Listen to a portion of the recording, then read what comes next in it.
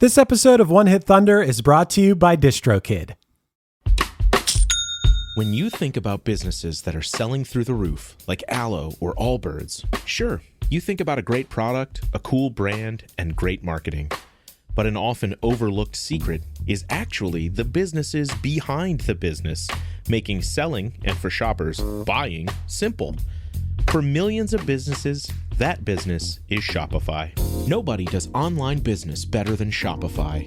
It's home of Shop Pay, the #1 checkout in the world. You can use it to boost conversions up to 50%, meaning way less carts going abandoned and way more sales going through to checkout.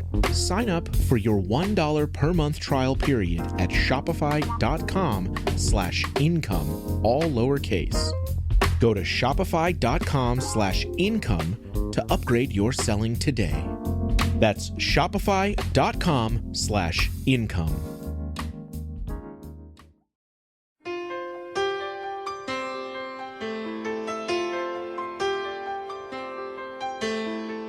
In an attempt to combat a case of writer's block, struggling songwriter Marc Cohn took a trip to Memphis.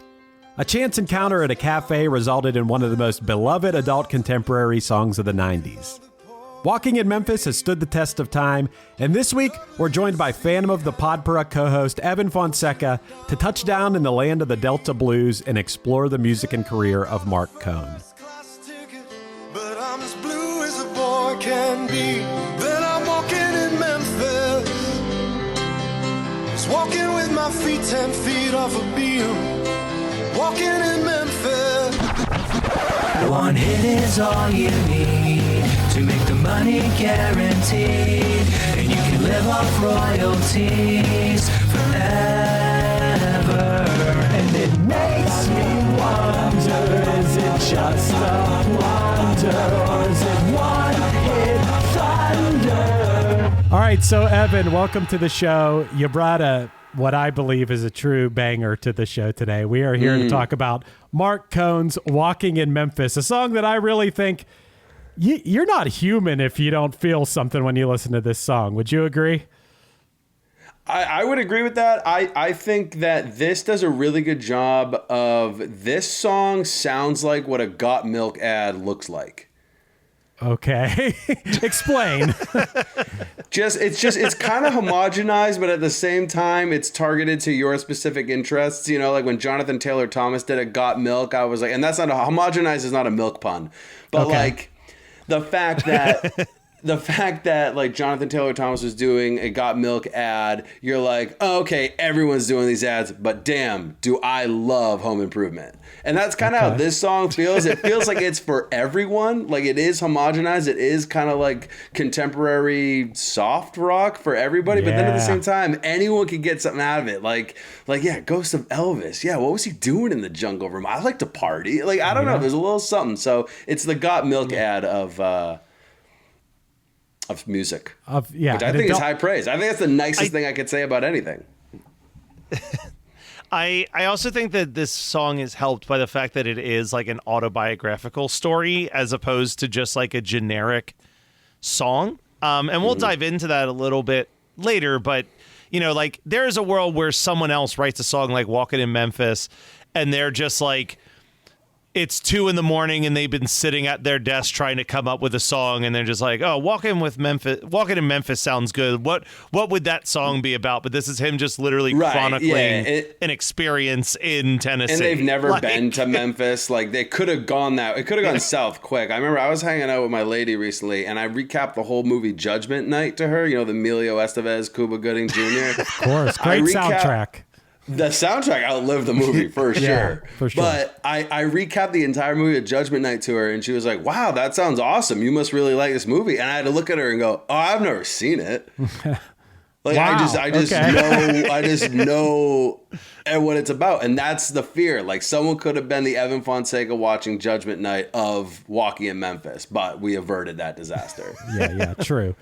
This song is very much what I would think is the definition of adult contemporary music. Right. You pretty much said it. Yeah. And there's something very 90s about the piano sound in this song.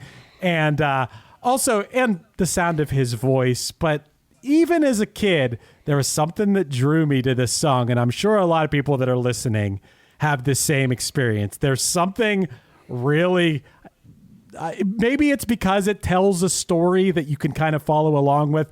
And I would venture to say, and Matt, I don't know if you agree, but over the 5+ years, hundreds of episodes of this show, I would say that this is one of the most authentic songs that we have heard. When I read about the background of this song, I got to tell you, I got a little choked up reading the background of this song. There's a particular story that I don't know if either of you guys ran into about this song, but I was like, damn, that's heavy. I mean, additionally, it's also, you get choked up because you're like, why are we talking about him on One Hit Thunder? Why aren't we talking about him on 90,000 hit Thunder? Like that's the show he should be on. Coming to Geekscape this fall. I will say one of the moments that I think, to pull a quote from 30 Rock, if you've got 2 ears and a heart, and you don't feel something at the point where he does that, man, I am tonight, cause I'm walking in Memphis. Shit. You're just like, fuck yes. Yeah. Marc Cohn holy is here. shit. This is, I didn't know you had him out as a guest. Holy shit. That was him. But yeah, like that moment is the moment where it's like, if you don't get chills at that moment in the song, you're not listening to the song, brother. Yeah. Because that's so good. I can't tell you the last time I listened to this song front to back. Maybe in 2009 is the last time I listened to this song beginning to end. But that does not mean that it's not been a part of my life. We are entering year 16 of my love affair with this song, and most of that has been me singing it karaoke track in my car by myself every time I drive somewhere alone. Probably for at least the past 5 years, and then like it's been in and out of my life since 2009. Because I went on a cruise when I graduated high school. A couple friends and we went on a cruise to Bermuda. We went Boston to Bermuda on a really shitty, cheap cruise line that I won't name in case they're a sponsor, but it starts with an N and ends with an Norwegian cruise line. And we went on this cruise, and one of the entertainment options was this a cappella group called the Cat's Pajamas. And they did a cover of this, which was on their live album, One Stop Doo-Wop, which is available, I believe, on Spotify, where they did an a cappella cover of this. And it like you said, 2 ears and a heart, and you're in. Like, David Stills was their lead vocalist on that. Man, he crushes it. Gives Marc Cohn a run for his money. So that's when this song entered my orbit, and it's not left. Wow. Okay. That's a wild way to come into it. I got a first class ticket, but I'm as blue as a boy can be. Man, I was walking in Memphis. Was walking with my feet 10 feet off a pier. Walking in Memphis.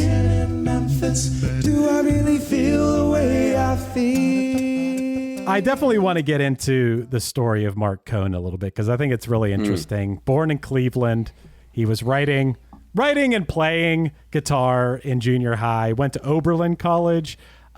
Dude, he was I don't know if you guys knew this, but he was discovered by Carly Simon in the mid-'80s when he was with a 14-piece band called the Supreme Court. And then... Great band name. Damn. Yeah. Then Atlantic Records signed him in 89. He attempted to record his first album with Tracy Chapman's producer, David Kirschenbaum, and that failed. Then 10 months later, he tried to produce himself. Finally, in 1991, when he was 31 years old. Is this right? That's not right. He couldn't have been 30. Yeah, he was born in 1959. No, are you serious? Yeah. Wow, he was 31 years old when he recorded his... See, kids, it's never too late. That's awesome, actually. Yeah. I didn't realize that. Walt Disney was 28 when he made Mickey Mouse. Shut up. Morgan Freeman, I guess. Exactly. Isn't that the Morgan Freeman story? That it's like Morgan Freeman, Tina Fey, and Walt Disney are the three that they always hype up like that. Okay, how good was Marc Cohn in the Supreme Court that it was a 14-person band, and he stood out enough for someone to be like, plucking that guy from obscurity. Let's go. Carly Simon. Wow. Okay, so finally in 1991, he was 31 years old when he released his self-titled debut. And, you know, obviously at this point, he's a full-grown man. He's married. He has a couple kids.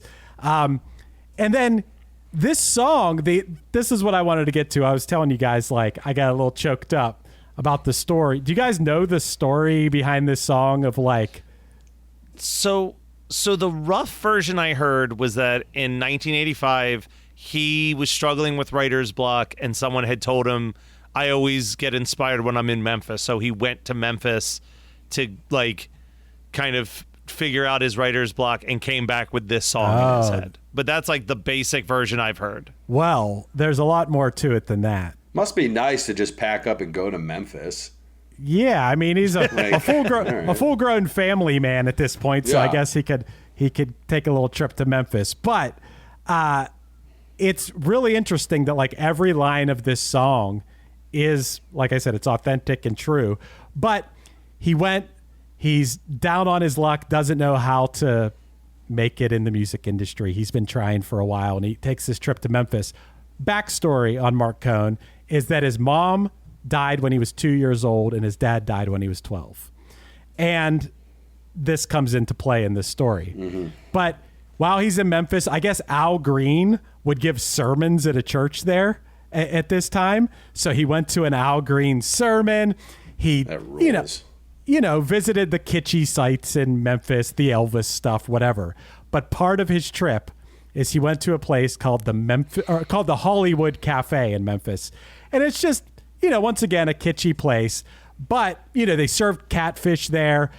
But it was late at night, and he met this, like, an older black woman in her 70s named Muriel, who would play piano. She'd play covers. She'd play, like, spiritual songs and stuff.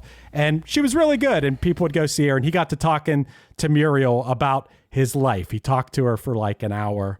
So he told her his backstory about his mom dying and everything when he was real young. And he said that this was like the best therapy of his life. So then later on, she's playing and she invites him to come up on stage and sing with her. But the only problem was he didn't know any of the songs she was playing, and she didn't know any songs he knew. So she's like, while she's playing, she's kind of like saying into his ear what to sing and stuff. But he said it was a lot of fun. And then she said into his ear, like the crowd was cheering and stuff, and she leaned over and said into his ear, you've got to let go of your mother, child. She didn't mean to die. She's where she's got to be, and you're where you have to be. It's time to move on. She says this to him up on stage, and it's like a real, like, moving moment in his life. Muriel, that rules. At this Hollywood Cafe, and this is like what inspired him to write this song. All of his experiences in this trip to Memphis or whatever. So anyway, he records this song. He's got his record done. Takes another trip back to Memphis at some point, and he plays the songs for her. And there's a lot. She's still alive. I thought you were going to tell me she was dead, and then then he played, and then she was like an Obi-Wan Kenobi ghost in the back of the Hollywood, and he's like, "I did it for you." well, there's in this song, there's the lines. Now Muriel plays piano every Friday at the Hollywood. And they brought me down to see her, and they asked me if I would do a little number, and I sang with all my might. And she said, "Tell me, are you a Christian, child?" And I said, "Ma'am, I am tonight." Like, that's like the, you know, chill-inducing line in the song. Well, anyway, she listened to like 5 of his songs, and she said, "I like all the songs." She said, "But I like the one." She said, "The one where you sing about me is the best one." And she was right. And she was right, because this was a huge hit. But Can you imagine if he went back down there after all that? He plays all the music for her, and she goes, "Contrived, derivative, no good." He's like, "Damn, Muriel." Heard it all before. No. I mean, and this song, he got nominated for a Song of the Year Grammy. He got nominated for a Best Pop Vocal Grammy. He won the Best New Artist Grammy. Did you see who he beat? This song. Did you see who he beat? I was going to ask you guys, because I meant to look that up, and I didn't. Yeah, I don't know who he beat. For Best New Artist, he beat Seal and also Boys to Men. Wow. Wait, was that the same year that Color Me Bad? Were they nominated? I don't know. I don't know if they may have been. I just saw that he beat those two people. I think he deserved to beat Color Me Bad, probably, but... Well, speaking of Color Me Bad, let's talk about when this song peaked, because that is, in its own right, a nice little snapshot of the time period.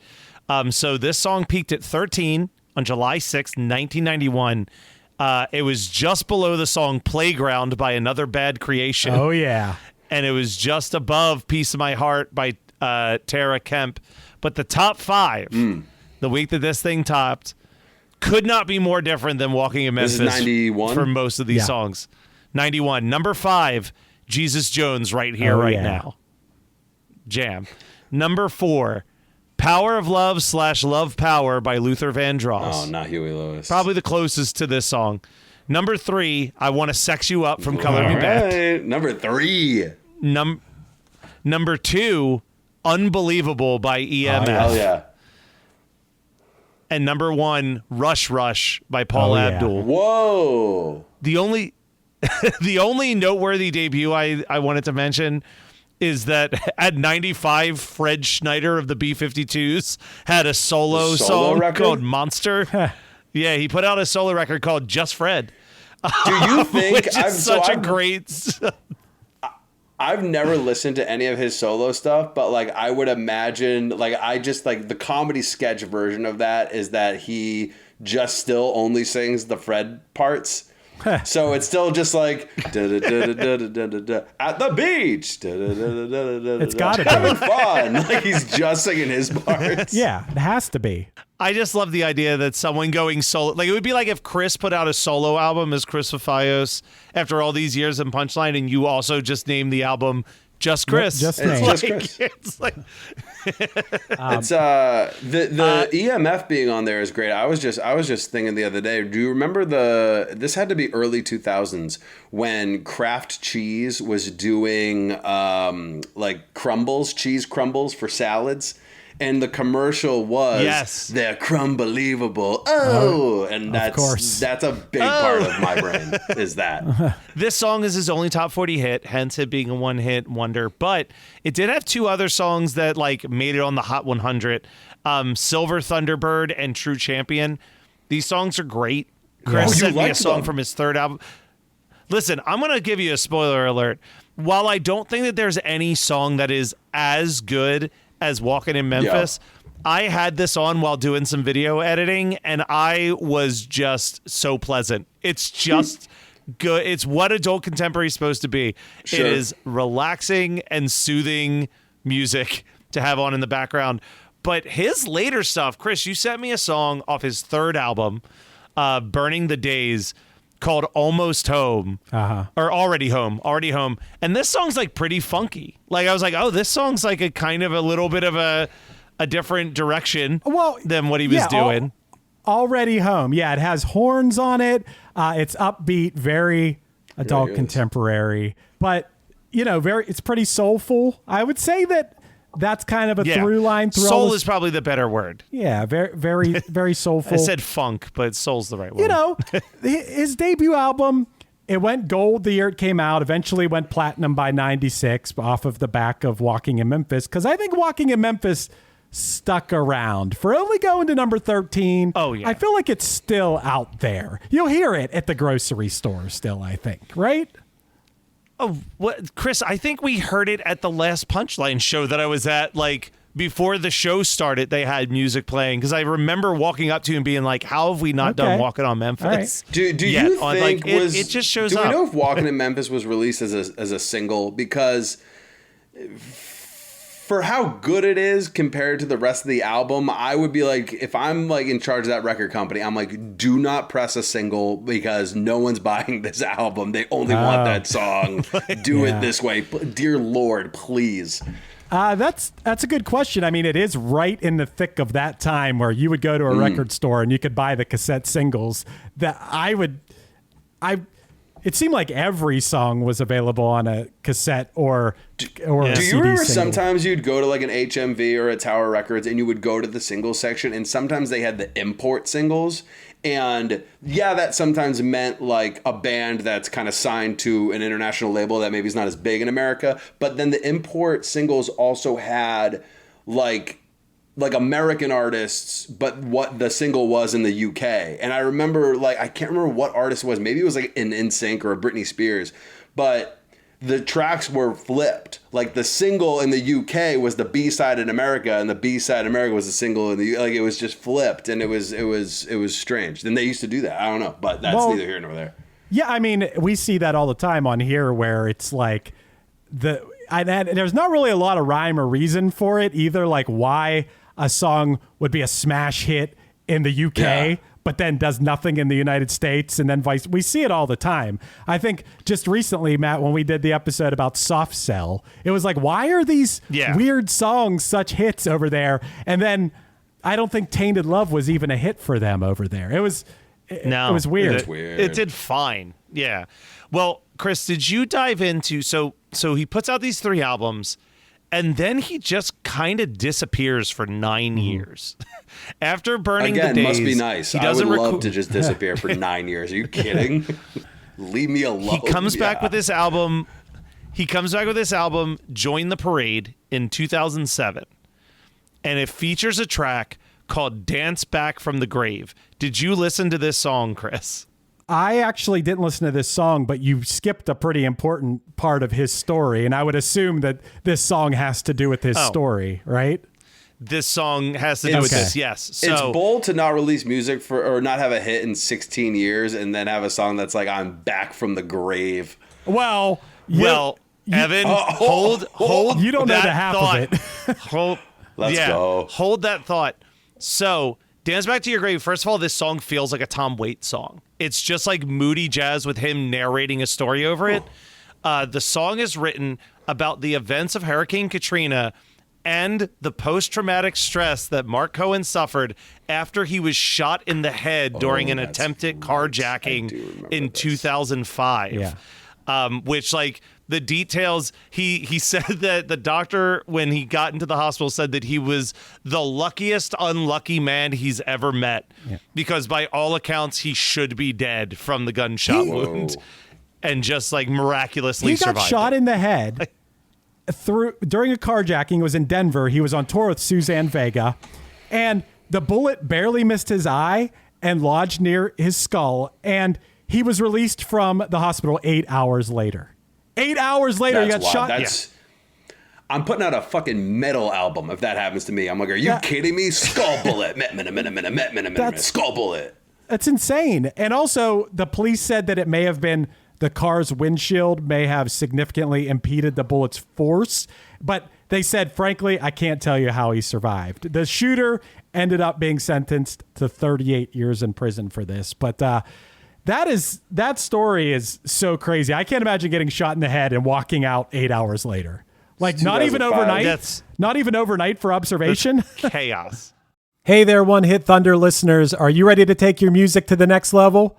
Well, get ready to rock, because this episode is brought to you by DistroKid, the ultimate digital music distribution service for artists like you. With DistroKid, you can easily upload your songs or albums to online stores and streaming platforms like Spotify, Apple Music, and YouTube Music, reaching fans all around the globe. But that's just the beginning.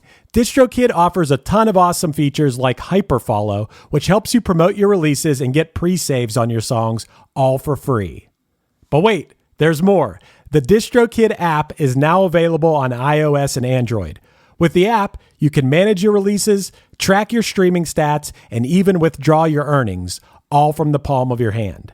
And for those looking to perfect their sound, check out Mixia. This powerful tool allows you to put the finishing touches on your tracks in minutes, ensuring they sound polished and professional every time. But that's not all. DistroKid has just launched a brand new feature called Instant Share, allowing you to easily share large files securely with collaborators, producers, and more. With Instant Share, you can keep your music streaming at the highest quality while making the best impression possible. So what are you waiting for? Elevate your music career today with DistroKid and unlock a world of possibilities. Possibilities that I know all about because I've been using DistroKid for years. It's seriously great. If you haven't used it before, you're going to love it. And One Hit Thunder listeners get an exclusive offer, 30% off your first year with DistroKid by signing up at distrokid.com/VIP/OneHitThunder. That's distrokid.com/VIP/OneHitThunder. Hey, One Hit Thunders, Thunderheads, Thunder Buns. All right, I'll just go with One Hit Thunder listeners. This is Krista Makes, guitarist and vocalist for Less Than Jake, and host of Krista Makes a Podcast, a songwriting podcast where every week I'm joined by an amazing guest to break down the writing, recording, and release of one iconic song that they have written.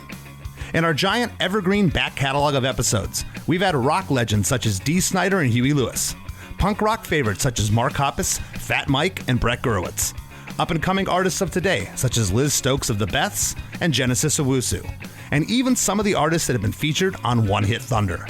The show is even produced by One Hit Thunder host Chris Fafalius. What more could you possibly ask for? Krista Makes a Podcast is available for free on all the places you listen to podcasts, and new episodes come out every Monday. I guarantee you'll like it, or we'll give you your money back. The last true album he put out was in 2010. Now, he's done like collaborations with other artists. He's done like rarity collections and old demo releases, but his last true album was a cover album called Listening Booth 1970, and it's him covering all songs from the year 1970. And I just want to read you some of the songs he covers because this album fucking ruled, and I listened to it from front to back. Jackson 5 on so there. So he does. He does Cat Stevens' Wild World. He does Maybe I'm Amazed by Wings. He does The Letter by John Cocker. Joe Cocker. Sorry. He did Only Living Boy in New York from Simon and Garfunkel.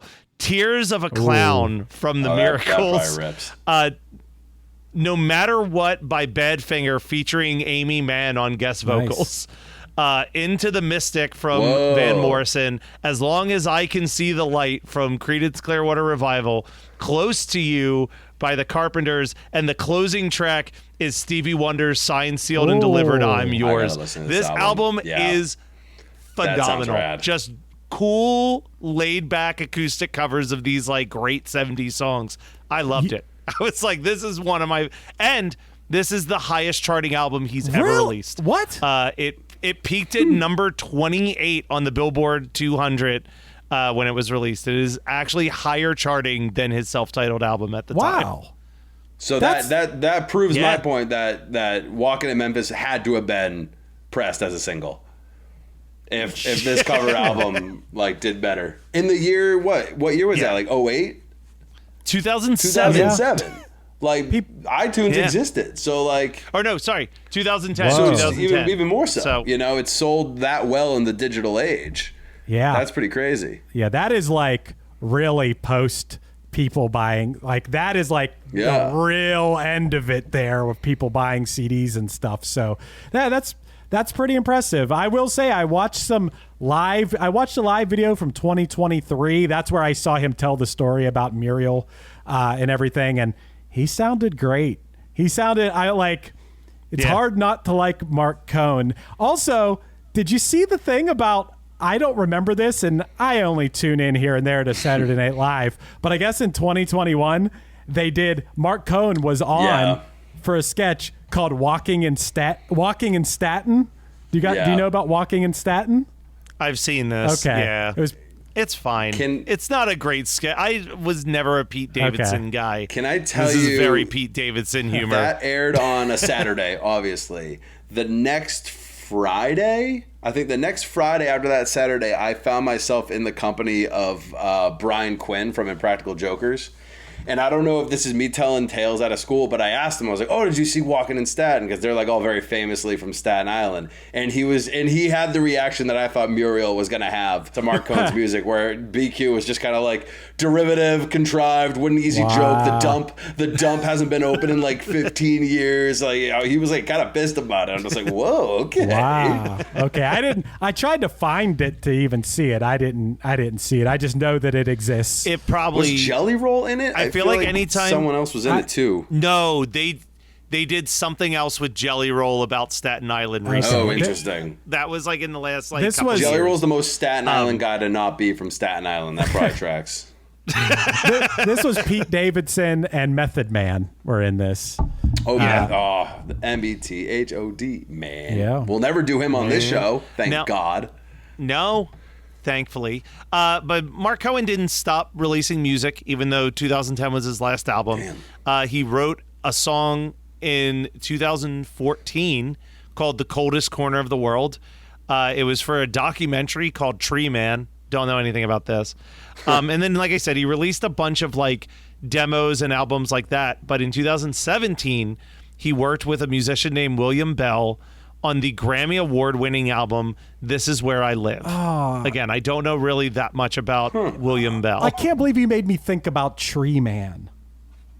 What is Tree Man? Oh man, if it's what I think it is, hold on a second. I was hoping you'd say, like, he didn't ever release an album again, but then he wrote all the music to Encanto. And I was going to be like, like, I was really hoping that's where you were leading me. When I look up Tree Man 2014, I get a documentary/drama that says a Canadian man travels to New York every holiday season to sell Christmas trees good. on the street of Manhattan. I'm glad that's what it is, and it's not the Tree Man I was thinking of. No offense to him, it's just like something that's very... Sounds like a Kyle Cookta picture. yeah. That's what I was thinking. William Bell, he does this Grammy Award-winning album. He also wins a Grammy, or is nominated for a Grammy in 2019 when he does an album with the Blind Boys of Alabama for their album, and the song Let My Mother Live on that album ends up being nominated for, I believe it was Song of the Year.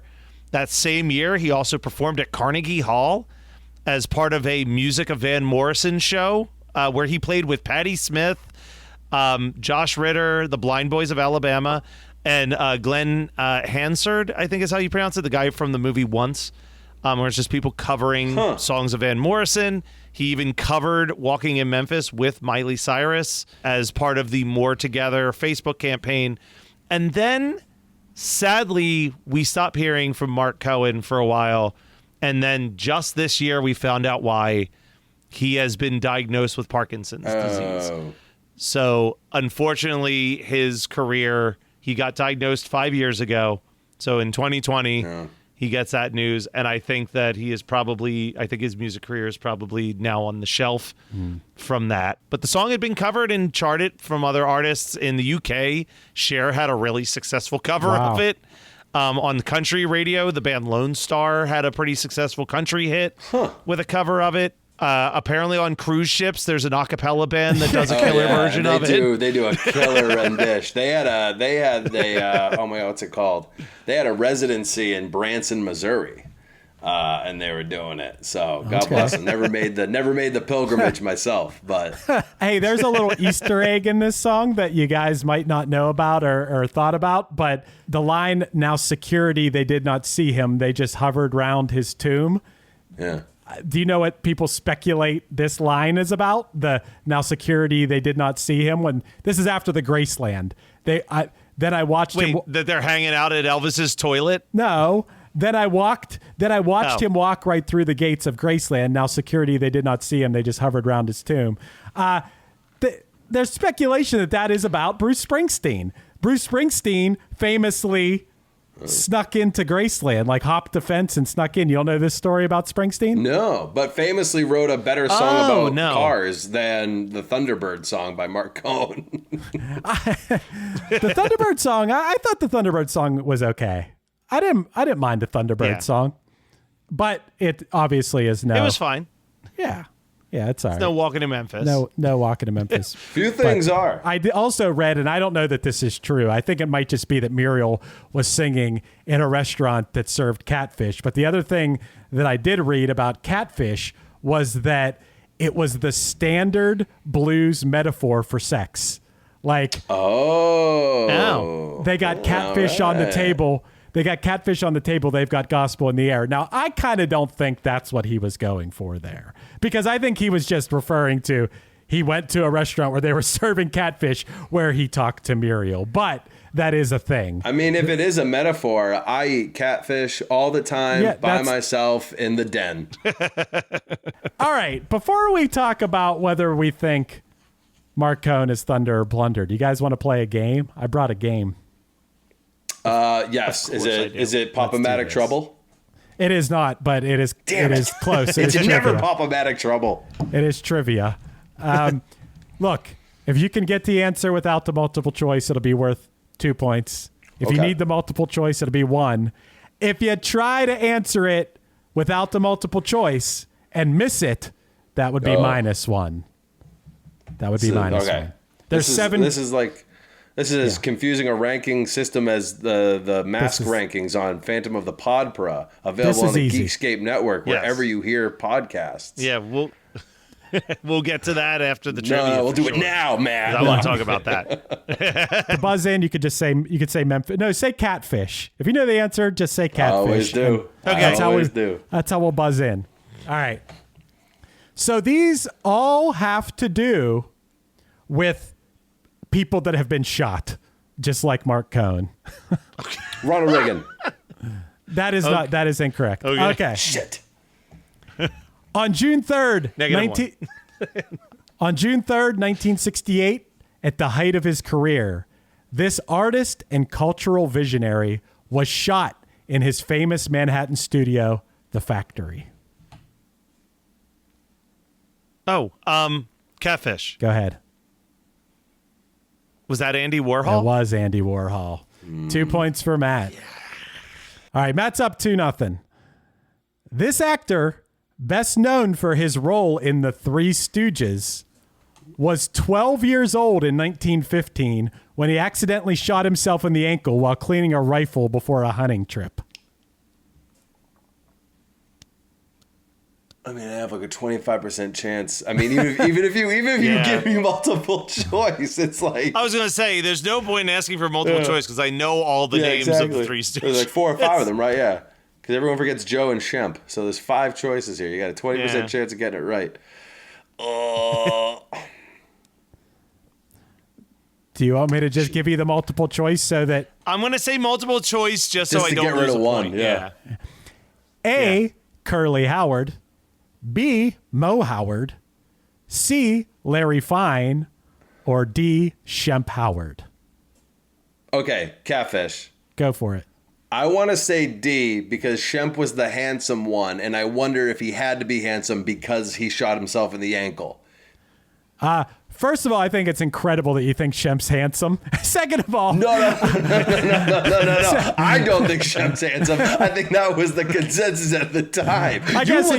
You look at those Stooges and you tell me Shemp's not the handsome one. All right, I'll give you that. That is incorrect. So, Damn Matt, it. All right. you got a one... I'm gonna go with Go ahead. B, Larry Fine. No, that's incorrect. It was actually Curly.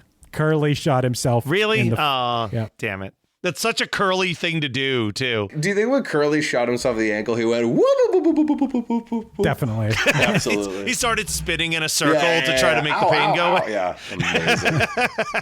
This man shot himself in the ankle. Whoops a daisies. All right, Matt still leads 2-0. We're at question 3. This Brooklyn-based rapper was shot in the thigh in a parking garage on October 17th, 2007, after leaving Justin's, a Manhattan restaurant owned by Diddy. I bet I could get it with multiple choice. You guys, Let's do multiple choice. A, Mos Def, B, Lil Kim, C, Fabulous, or D, Big Daddy Kane? I still can't do it. Catfish, I'm gonna take a guess. Go for it. And I'm only guessing this because I want to say this out loud.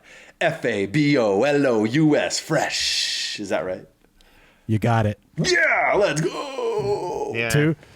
2-1. It was Fabulous. Fabulous. Okay. This original SNL cast member was shot on an LA street in 1994 during an attempted robbery, requiring him to need 10 operations. Original cast member? Original cast member. Man. Was shot in 1994. Can I guess catfish? I'm going to guess Garrett Morris. You got it. Wow. Yeah. I was thinking it was Garrett Morris. Fuck. Because you know why? My logic was we would remember if Dan Aykroyd or Bill Murray got shot. Yeah, true. Good Or I guess call. not Bill Evan, Murray. not to be a nerd, but No. Bill Murray was a second The second season I cast said member. it, the second I said it, I knew it. God damn All it. right. All right. Evan takes the lead. Damn. This feels Shit. good. Yep. I was expecting him to guess someone more famous and then do multiple choice, but I was thinking Garrett Morris this They whole asked time. me. Fuck. They asked me if I was good at like music history or like gun trivia, and I said, "Ma'am, I am tonight." That's right. All right. This New Orleans-based rapper shot himself in the chest at age 12 with his mother's gun after his mother told him he needed to end his rap associations. Catfish. Go ahead. Lil Wayne. You got it. Whoa. Evan is destroying me suddenly. Fuck. All right. I made a promise to Muriel. Wow. 5-2. Just like that. Damn, Matt, you're getting worked. Running away. Wow. 2 questions left. I know. This film director was injured twice in combat in Vietnam. Once by a bullet or shrapnel to the neck, and once by shrapnel to the legs and buttocks. He received a Bronze Star for Valor under fire and a Purple Heart. A film director with a It's a director, you said? Yep. Got shot twice in Vietnam, 2 different occasions. I mean, it doesn't hurt for me to just catfish. Go ahead. Go ahead. The only director I can think of that might have a Purple Heart is like Clint Eastwood. That is incorrect, Matt. Catfish. Go for it. Is it John Cassavetes? That is incorrect as well. So it's 4-1 now. Oh, because I you messed both- up. Yeah. You both so missed it. Evans definitely won because there's only one question left, right? Yeah. You won, Evan, but What was the answer to that one? Yeah, what was that? that was Oliver Stone. Oh. Oh, fuck. Yeah. that Yeah, makes I remember sense. the shrapnel went back into the left. There you go. All right, 1 question left for the hell of it, I guess. Even though Evan already won. Okay. This complete fucking moron country singer who has a song about badonkadonks was shot by his wife in 1994 after she pointed a .38 at him and he tried to disarm her. The bullet hit his heart and both lungs, yet he survived. The couple divorced, but he refused to press charges against her. Okay, I got nothing to lose. Catfish. Go for it. Was that Toby Keith? Did Toby Keith have Honky Tonk Badonkadonk? That's incorrect. Honky tonk badonk and is a complete fucking idiot. You want the multiple choice? Yes, I could rock with that. Your choices are A, Blake Shelton, B, Jason Aldean, C, Morgan Wallen, or D, Trace Adkins. They all feel too young to have been married to a bride in 1994. Though, look at me. I look in the mirror. I'm like, look at this young 35-year-old whippersnapper. Like, no, man, you're not young, dude. Who was it? Who's the oldest in that? I guess biggest idiot is Morgan Wallen, but I don't think it was him. Because he would have been like 8, He would have been like 8 years old at the time. So I don't know. I'm gonna go out on top Okay. with 4. And I'm not. All and right. I'm You wouldn't get a recusing -1. myself. Yeah. All right. It was Trace Adkins. Trace Adkins. I don't even Trace know. Adkins. He's honky tonk badonkadonk, huh? He was. Yeah, so that Way too late in his career to be singing about Honky Tonk Badonkadonks. Also, I think he was like 30 or 40 when he wrote that song. Don't tell Will Smith about it being too late to talk about badonkadonks. That's right. That is true. I think you should have late career Will Smith as its own musical artist and not have him on the show. Wouldn't that be a boon? No, but like do cover him on the show because I don't know if late career, like post Men in Black 2, Will Smith has ever had like a hit. And if he has, it's not been multiple. I can assure you of that. There's an amazing Todd in the Shadows. I'm sure you watched that one, right, Matt? Yes, I watched that to prepare for this. You watched that? Yeah, I love Todd. Yeah. Yeah, that one about the Will Smith. Well, I don't know what album it was, but it was really fun. Lost and Found. He's pretty mad. Lost and Found. He's pretty pissed in that one. Wow. Okay. Yeah, that was a good one. All right. How do we feel about Marc Cohn? Are we going Thunder or Blunder or Hinder or Greenwood here? We'll start with you, Evan. Do you think Marc Cohn brought the one-hit thunder, or was this more of a blunder situation? Is plunder an option? Because I think it's such thunder. I want to dive right into that back catalog and plunder it for all it's worth. I think he brought it. That's pretty good. That's pretty good. This is a thunder plunder. I like it. Matt, how do you feel about Marc Cohn?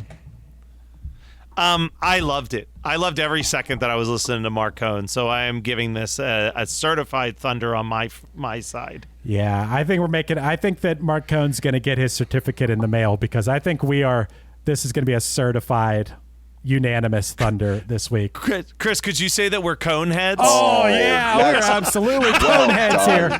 Which cone head was shot in the neck outside of a Dairy Queen? Love it. And Evan, before we go, we got to it a little bit, but let's get some official plug in here now, though. Let's get to it. Hey man, every A B C, always be closing. Everything's a plug when nothing's a plug. Right. I don't know what that means. Yeah, on the Geekscape Network, a podcast called Phantom of the Podpera, where me and the co-host of Horror Movie Night with Matt, Kyle Kukta, we deep dive into every adaptation of the Phantom of the Opera ever made, whether it be thunder or whether it be blunder. There's always some fun to be had. A lot of blunders lately on the show. Big amount. It's too many blunders. But the thing is this, the blunders don't surprise me anymore, because that first book, the source material, is such a borderline blunder in and of itself. So you can only do so much with that. Wow. But yeah, that's every other week. I don't know when this is coming up, but we're every other week because we started at a time when Kyle and I were like, hell yeah, every week, fucking Phantom. And then after probably 4 or 5 months of doing it, we're like, I'm so tired. I can't watch any more Phantom. Wow. Wait, speaking of Phantom, I can tie this back into Marc Cohn, is that Phantom of the Opera, the 80s musical written by Andrew Lloyd Webber, he wrote another musical called Starlight Express. And they did like a pop album, like not the original cast recording, but like a pop album of the, and this was before Walking in Memphis. And they did like a pop album of the songs from Starlight Express. And he was one of the vocalists. Like he did one of the solos on there. Nice. And Starlight Express is literally a musical. It's Cats, but with trains. Like choo-choo trains. And that's not even a bit. It's the people are trains and they're on roller skates singing about being trains.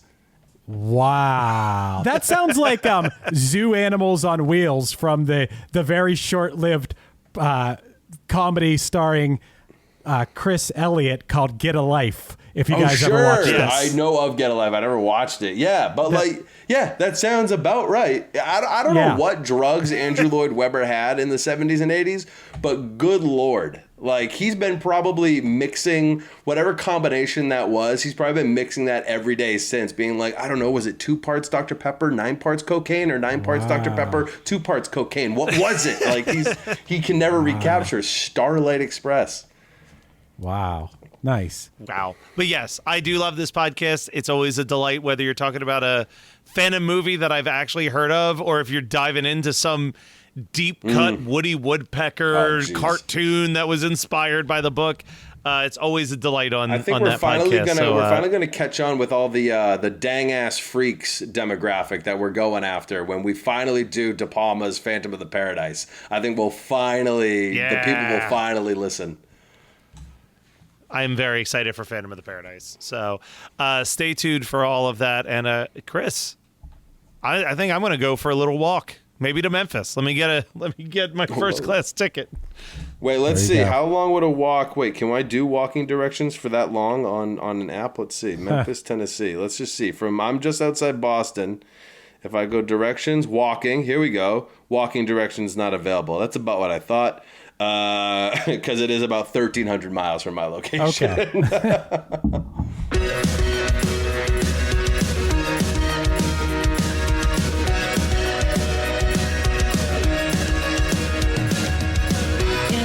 This has been One Hit Thunder. One Hit Thunder is hosted by Chris Ophalius of the band Punchline and produced by Matt Kelly of Geekscape.net. Underneath me, you're hearing I Don't Want to Live in This World Anymore off the new Punchline album, Somewhere to Land. Visit punchlinemusic.com to pre-order the album, get some merch, and find out about upcoming shows. Our podcast is on Patreon. Find us at patreon.com/OHT podcast for early access to episodes, bonus conversations, and a chance to vote on a future song for us to cover. Buy some One Hit Thunder merch at our store, onehithunder.dasherly.com, and be sure to rate, review, and subscribe on any podcasting app. Tune in next week for more One Hit Thunder.